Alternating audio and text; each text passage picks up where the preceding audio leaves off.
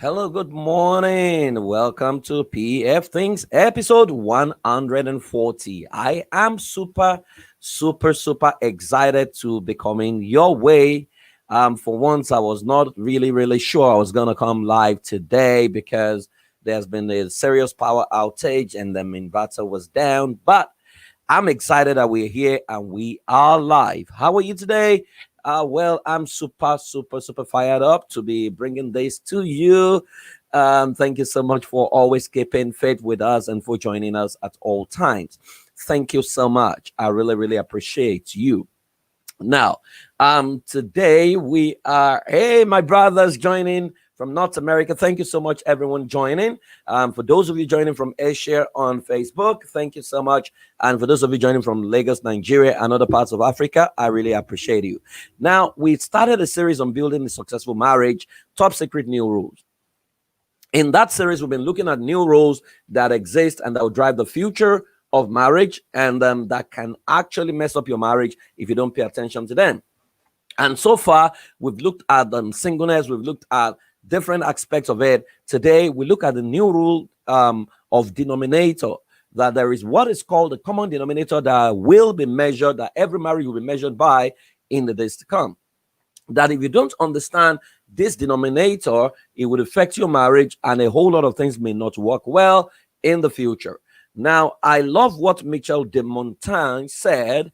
He said, if there is such a thing as a good marriage, it is because it resembles friendship rather than love. I'll take that again. He said, if there's such a thing as a good marriage, it is because it resembles friendship rather than love. Now, a lot of people have been told, I remember when I was in school, part of what we were told during marriage seminars on campus was that best of friends don't necessarily make best of lovers. That's one of the greatest errors ever thought in the history of the world. That, so you can just, and what we're taught about getting married was just go and pray.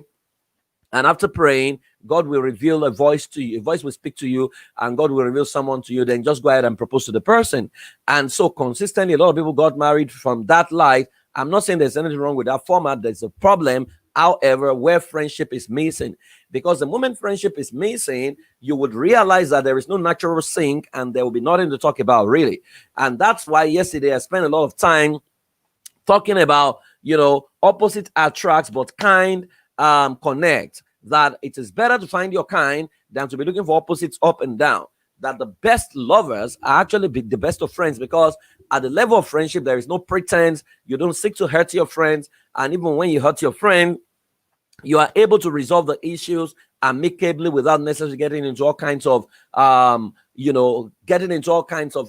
friction and conflicts and inability to forgive, right? But when friendship is the bone of contention, and when friendship is on the front burner, you realize that it's easy to resolve issues and to handle many of your issues. So many marriages will break in the future, not because they were not supposed to be together, but because of our unwillingness to drop cultural beliefs that has not promoted the best interests of the couple and sabotages friendship.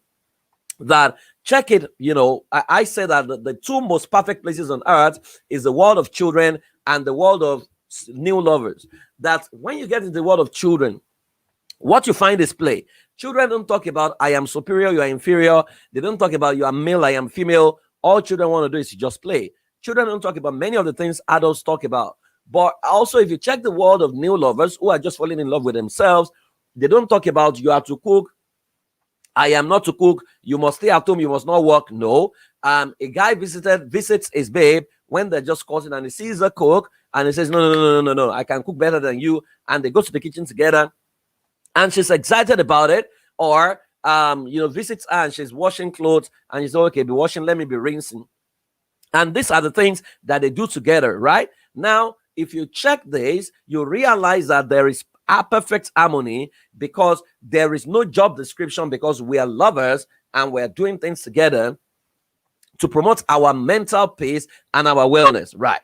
But the moment people say, yes, I do, and they get into marriage, it's almost as if automatically the rules of engagement changes, and the woman naturally reverts to kitchen and the man naturally reverts to making ends meet. That When the woman now wants to further her education, or she found a business she wants to do, the first bone of contention will be, who will be cooking for me? Who will be fixing my meals? And many of the mundane things that could have been delegated but are stifled people's potential. So consistently, the best of love and the best of friendship is sabotaged on the altar of this thing called marriage. Right? Marriage is not a problem. The people's inability to find what can promote the best interest of, or best interest of all is usually the problem. And most of the time, it stems from our beliefs. Now, one of the first things I want to ask today is, what have we lost to cultural beliefs? What is the opportunity cost of not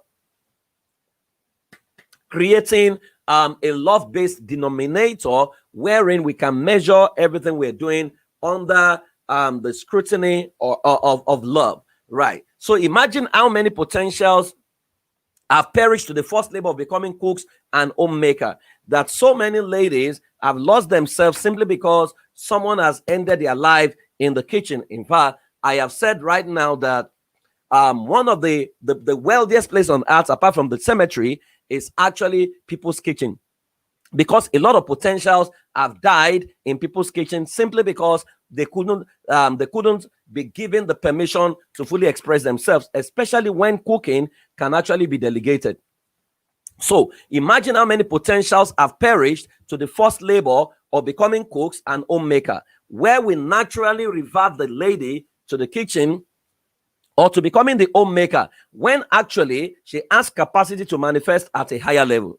Right? That what is the opportunity cost of several women who could have become CEOs of conglomerates, who could have built bigger businesses, whose potential has been domiciled in the kitchen and as homemakers. Now, I am not saying, this is not a women liberation session where I'm saying women should not be homemakers, right? Or they should not cook. But if the capacity of that woman can find expression elsewhere at a higher level, then, and we can afford a cook, why don't we hire a cook?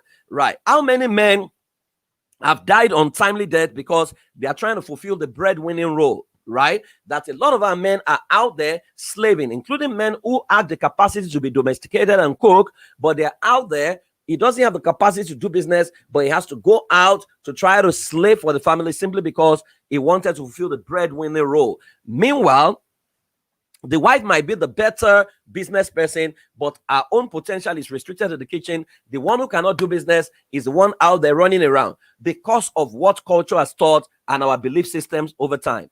How many families have collapsed because of our unwillingness to embrace mutual submission, which may have set us free? So consistently, you hear people teach things like, it's the woman's responsibility to submit, so even when she has superior knowledge, superior thought, superior ideology that can help the family, because she has been made to believe that only the woman must submit, what happens over time is, even when she has something superior, her husband is unwilling to listen to her and is not willing to submit, because what has been taught over time is the only thing a man must do is to love and not to submit. Imagine, how many families have collapsed because of our unwillingness to embrace mutual submission, which may have set us free. Imagine lots of girls forced to marry who could have become strong global agent, right? So imagine that girl in that country. I mean, I've been doing a study around countries across Africa and across the world. And one of the things that intrigues me is the level of child marriage and forced marriage in many nations of the world, that consistently a lot of girls are forced into early marriage and they get pregnant while they are still children and they're trying to raise children. Imagine if those girls were educated. Imagine if we empowered their brain. Who could they have become? So you see how our cultural beliefs and our worldview has sabotaged many of the glorious destinies we could have had. Now, you need to understand that the future of marriage, for marriage to work, every decision and every belief, we must subject it to the denominator of love. What that means is, how well does this belief help the human potential? How well does this belief set us free? That the moment your belief system cannot pass the test of love, equality, and fairness, it will not find expression in the future. Which is why it seems like a lot of women are reacting right now. And even though that has been driven to another extreme called the feminist movement, where pure feminism, there was the first wave of feminism, which is basically about equity. And there is nothing wrong with that. There's another wave, however, that has been compromised, which is about subjugating the men and bashing the men. I do not subscribe to that. Now, when we understand, however, what the women are fighting for, to say for long, our potential has been stifled. For long, our identity has been equated to our ability to conceive. I mean, I still read that in a lot of countries, wherein if a woman cannot produce a male child, she's not considered to be a proper wife. Now, can you beat that? She's not the one inseminating herself. The man is the one sowing the seed. She's just in land to fertilize it. So how could she have been responsible for the production of the male child? These are critical issues that we need to begin to look at. So I'm going to be situating the old rule with the new rules of the future if you want to make your marriage work and pass the test of the future. Like I rightly said, what I'm considering today is every decision and every belief, whether culture, whether religion, must be placed on the scale of love. If it cannot pass the test of love, equality, and pass the test of fairness, it will not find expression in the future. So, old rule says the way into a man's heart is through his belly. So only women must cook. That is the old rule. The rule of the future is cooking is a means to eating, and since human beings eat, human beings should cook, as we may well have delegated it to experts. There is a group of people called chefs. They are trained to cook. If we all have the means and we have the money, we can actually delegate it. Because what I always say is, somehow, many of what is taught has its roots in poverty. So, for example, if at the point of marriage, you as the husband, you are worth $1 million, your wife is worth $1.5 billion or $1.5 billion, what will you be talking about? Will you be talking about who should cook? You have to stay at home, you have to be the cook, or what you'll be talking about are investment opportunities and how to buy the rest of the world. So, cooking is too mundane to saddle someone's destiny with, to say, don't go to work, don't do business because of my belly, don't improve yourself, don't go for your PhD simply because you need to be cooking for me morning, night, and evening. You did not marry a wife who is going to freeload on the finance of the family or is going to become on the welfare list. If you want a wife or a cook, you need to situate that, because while a wife may come with cooking skill, cooking is not our primary responsibility. Human beings eat, human beings cook. That is the mantra of the future, which is why if you have a male child and you don't teach him how to cook, right, or he's not buoyant enough to take care of himself in the future, he may struggle. The women in the future are not women who will come as natural cooks. As a matter of fact, some of them may not be able to cook at all, but they'll be able to afford the best of chefs. So we need to begin to think of the future, because the new rule of the future is not that the way into a man's heart is through his belly. So what is the way into a woman's heart? If your way into your heart is through your belly, what it means is everyone that demonstrated superior cooking ability finds their way into your heart. The rule of the future is cooking is a means to eating, and since human beings eat, human beings should cook, and we may well as well delegate it to experts, which is why the generation of the future is the generation called Gen Z. Gen Z don't live by the bias in our brain of the rules of the past. And that's why we need as parents to quickly embrace the new rule of the future so that we can socialize our children to be able to function effectively in that future. Number two, old rule says the first need of a man is respect and the first need of a woman is love. You have had all kinds of respected people teach this on various platforms. Now, while I respect their thought, this is not totally correct. Respect and love, that's what the new rule says, are core needs of every human being, and both deserve it. Have you ever met a man who doesn't want to be loved? Have you ever met a woman who doesn't want to be respected? So when we make it gender-centric, as if, a man, and what we say is a man has ego. And because he has ego, every human being has got ego, right? It's the id. Every human being has got it. Which is why you cannot disrespect a woman. In fact, let me say this carefully. Every human being is, first of all, a man, where man originally is not male. The word man is the word humanity or mankind. So the old rule says The first need of a man is respect. Everywhere you hear that on any platform, you know that this person is not has not totally troubleshoot what he's saying, because it was also passed to them by someone who said something, or maybe a book they read in the past. There is the school of thought of differences in both male and female, but you need to understand that not every woman will marry, right? Not every woman will become a wife. Every wife, however, may be a woman. But you need to understand that every human being needs respect. Every human being needs love. They are core needs of human beings, and both male and female deserves respect and love. Number 3, the old rule says men are logical and women are emotional. That is the old rule. New rule says logic and emotion resides in every human being. The one you use the most is what becomes visible. Unknown to people, every human being has got logic and emotion. If women are just emotional and not logical, a woman will not be able to fire a non-performing staff. A woman will not be able to think about business. She will not be able to invest. As a matter of fact, based on that thought, she can't run a business. This fundamental old rule is what has stifled the potential of many women in times past, where we restricted their activities to the kitchen. Now, when this research was done, it was in the era where men went to war to defend their family, while women stayed at home. So it was natural for women to come out as emotional and men as logical. But now, women are finding expression in the boardroom.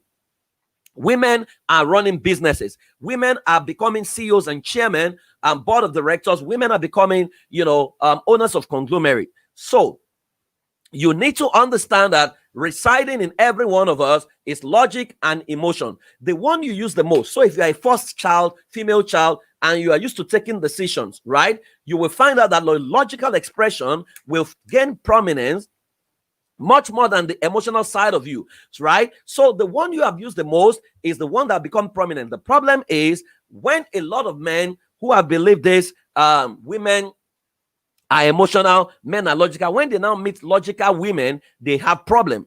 And when such women meet emotional men, they have problems as well. But there is nothing to worry about. Each and every one of us have got logic, and each and every one of us have got emotion.